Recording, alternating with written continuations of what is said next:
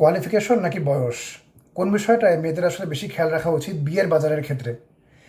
তো এখানে আমি একটা কথা বলে রাখি যে এই কোয়েশ্চেনের অ্যান্সার দেওয়ার আগে একটা উপমা দিই, সেটা হচ্ছে মেয়েদের জীবনটা আসলে বিয়ের বাজারের ক্ষেত্রে অনেকটা সিন্ডারেলার মতন। সিন্ডারেলার মতো কেন বললাম, এবং সিন্ডারেলাকে, সিন্ডারেলা এমন একজন মেয়ে যার ফেরি গডমাদার তাকে আসলে অনেকগুলো উপহার দিছিল। সে বাস্তবে ছিল একজন গরিব মেয়ে।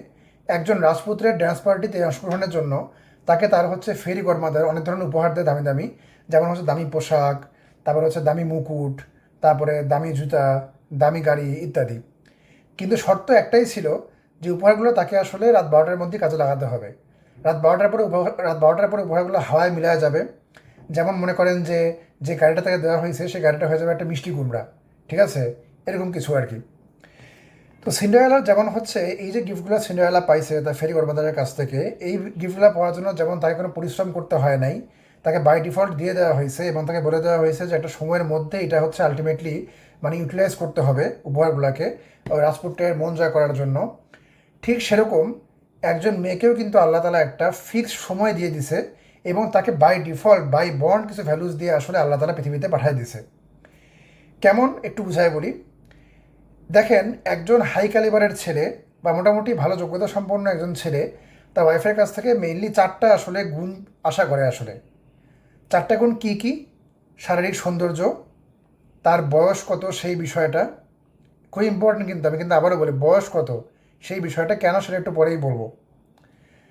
সে কতটা ধার্মিক বা চরিত্রবান এই বিষয়টা। আরেকটা হচ্ছে সে কতটা ফ্যামিলি ওরিয়েন্টেড এই বিষয়টা। এখন খেয়াল করে দেখেন, বয়স এখানে একটা ইম্পর্ট্যান্ট ফ্যাক্টর।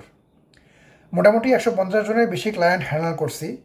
হয় তাদের বায়োডাটা তৈরি করে দিছি, না হয় তাদের সাথে আমি সেশন করছি প্রি ম্যারেজ কাউন্সেলিংয়ের, না হয় তাদের ম্যাচ মেকিংয়ে আমি হেল্প করছি।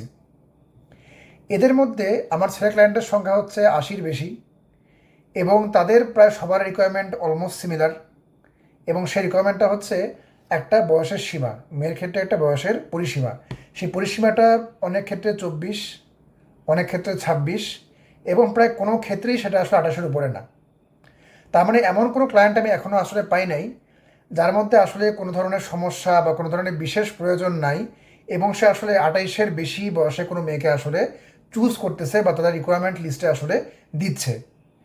তার মানে বোঝা গেল যে একটা মেয়ের বয়স যখন 28 পার হয় তখন সে আসলে বাই ডিফল্ট ডেঞ্জার জোনে আসলে চলে যায়। দেখেন, যে বিষয়গুলো আমি বললাম চারটা গুণের কথা, এই চারটা গুণ কিন্তু আসলে বাই ডিফল্ট আল্লাহ তালা মেয়েকে দেখে দিয়ে দিছে।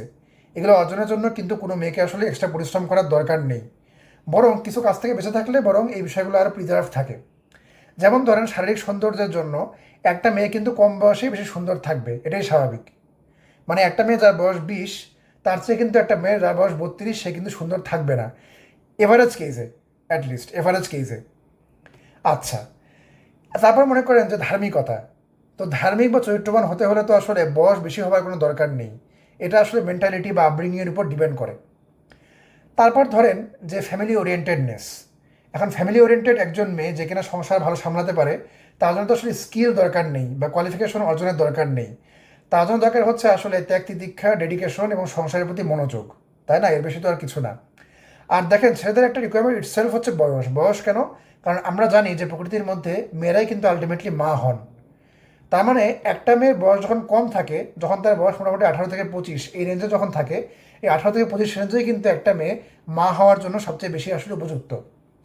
তার মানে এই যে মা হওয়ার যে যোগ্যতা, এই বিষয়টাও কিন্তু আল্লাহ তালা বাই ডিফল্ট একটা মেয়েকে দিয়ে দিছে। কিন্তু দেখেন, এই যোগ্যতাগুলো আল্লাহ তালা একটা মেয়েকে দিয়ে এটাও বলে দিছে, তোমার বয়স যদি সার্টেন এজের বেশি হয়ে যায় তখন কিন্তু তোমার অবস্থা হয়ে যাবে সিন্ডারেলার মতন। তার মানে তুমি যতই ভালো হও, যতই তুমি যাই করো না কেন, তুমি আসলে majority of the highly qualified ছেলের কাছে আসলে আনওয়ান্টেড হয়ে পড়বা, আনডিজায়ার্ড হয়ে পড়বা এবং তাদের মন জয় করতে তুমি আসলে সক্ষম হবা না বিয়ের বাজারে। দেখেন, অনেক মেয়ে যারা বলে যে আসলে একজন ডাক্তার ছেলে তো একজন ডাক্তার মেয়েই চায়, বা একজন হাইলি কোয়ালিফাইড ছেলে তো একজন হাইলি কোয়ালিফাইড মেয়েই চায়, বা একজন ইঞ্জিনিয়ার ছেলে তো একজন ইঞ্জিনিয়ার মেয়েই চায়, তাদের আসলে ধারণাটা সম্পূর্ণরূপেই ভুল। কেননা অনেক ছেলের কাছে আসলে এই রিকোয়ারমেন্টগুলো অপশনাল হয়ে থাকে, তারা প্রেফার করে। কিন্তু যদি এমন কোনো মেয়ে পেয়ে যায় যার মধ্যে এই চারটা গুণ যেগুলো আমি বললাম অলরেডি, এই চারটা গুণ আসলে উপস্থিত ভালো মাত্রায়, তাহলে তারা আসলে এই যে বলে যে আমার আসলে ডাক্তার মেয়ে হলে ভালো হয়, এই দিকে আসলে তোয়াক্কাও আলটিমেটলি করে না। এটা আমার নিজেরই দেখা। কাজেই দেখেন, আপনার যদি ভালো ক্যারিয়ার হয় তাহলে অবভিয়াসলি সেটা আপনার জন্য ভালো। কিন্তু বিয়ের বাজারের কথা যদি আমি চিন্তা করি, বিয়ের বাজারের কথা চিন্তা করলে এর সাথে আসলে রিয়েলিটির কোনো সম্পর্ক নাই। বরং দেখেন, আপনি একজন ডাক্তার যদি আপনি মেয়ে হন, অর্থাৎ আপনি যদি এমবিবিএস পড়াশোনা যদি আপনি করতেছেন মনে করেন, আপনি যদি চিন্তা করেন যে আমি এমবিবিএস পাস করে তারপর হচ্ছে পোস্ট গ্র্যাজুয়েটে ভর্তি হয়ে আমি বিয়েটা করব, আপনার কিন্তু মোটামুটি বয়স অলরেডি 25 পার। তাহলে 25 পার হওয়ার পর আপনি যখন ছেলে খোঁজা শুরু করলেন, খুঁজতে হয়তো 2 বছর সময় লাগবে, আপনি কিন্তু অলরেডি আপনার প্রাইম টাইম পার করে গেছেন এবং বহু ছেলের রিকোয়ারমেন্টে আপনি এখন আর নাই। ঠিক আছে? কাজেই আপনি এমবিবিএস পাস করে ডাক্তার যে আপনি হয়েছেন, এটা কিন্তু আপনাকে সেরকম কোনো ভ্যালু আসলে বিয়ের বাজারে অ্যাড করে নাই, কম্পেয়ার টু আপনি বয়স বেশি হওয়ার কারণে যে ভ্যালুটা আপনি হারায় ফেলছেন সেই ভ্যালুটা। ঠিক আছে? কাজেই বিষয়গুলো আপনি আল্লাহর অবস্থায় একটু খেয়াল রাখবেন। আপনাকে অনেকে অনেক মডারেট, অনেক হচ্ছে আধুনিক মনা লোকজন অনেক কথাবার্তা বলবে, বলবে যে you are a queen etcetera. কিন্তু দেখেন, প্রত্যেকেরই কিন্তু আসলে আসলে একটা আল্লাহ তালা ভ্যালু দিয়ে দিছে, একটা সিস্টেম দিয়ে দিছে। এবং আসলে সমাজের প্রত্যেকটা মানুষই কিন্তু কিছু কিছু চাহিদা, তারপর হচ্ছে প্রেফারেন্স, এগুলোর ভিত্তিতেই কিন্তু আলটিমেটলি নির্ধারিত হয়। এখন দেখেন, মজার একটা কথা বলি আপনাদেরকে, যে অনেক ছেলে ধারণা করে যে তারাই সিন্ডারেলা।